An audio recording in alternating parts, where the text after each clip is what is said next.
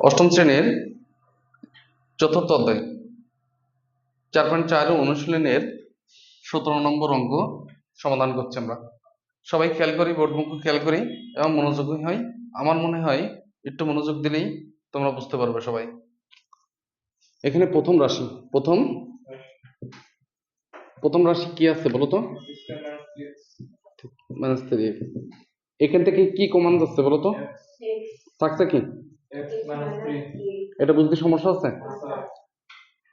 দ্বিতীয় রাশি, প্রথম রাশির কাজ শেষ। দ্বিতীয় রাশিটা কি আছে? এটা কি করবো বলো দিন? হ্যাঁ, এটা একটা সূত্র পড়ে রয়েছে না? তাহলে এর সূত্র কি? x+3 ইন্টু, এটা বুঝতে কোনো সমস্যা আছে? হ্যাঁ, তৃতীয়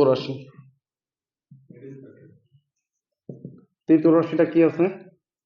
x² - 4x + 3 ইকুয়াল টু, এখানে মিডল ফ্যাক্ট কি হবে বলো দিন? x² - 3 ওকে 3, তাই না? 3x - x - 3, বুঝতে পেরেছো না? এখান থেকে কি কমন যাবে? x কমন যাচ্ছে, থাকছে কি? x - 3 + 1 কমন যাচ্ছে, ও -1 কমন যাচ্ছে।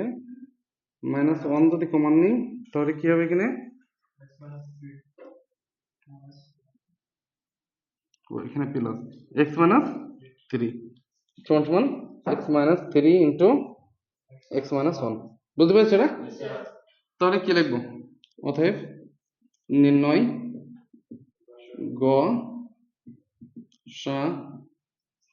গসাগু কত হবে? তিনটার মধ্যে মিল আছে x - 3।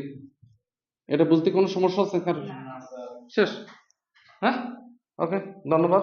আমরা কত নম্বর অঙ্ক করলাম আজকে? 17 নম্বর শেষ করলাম।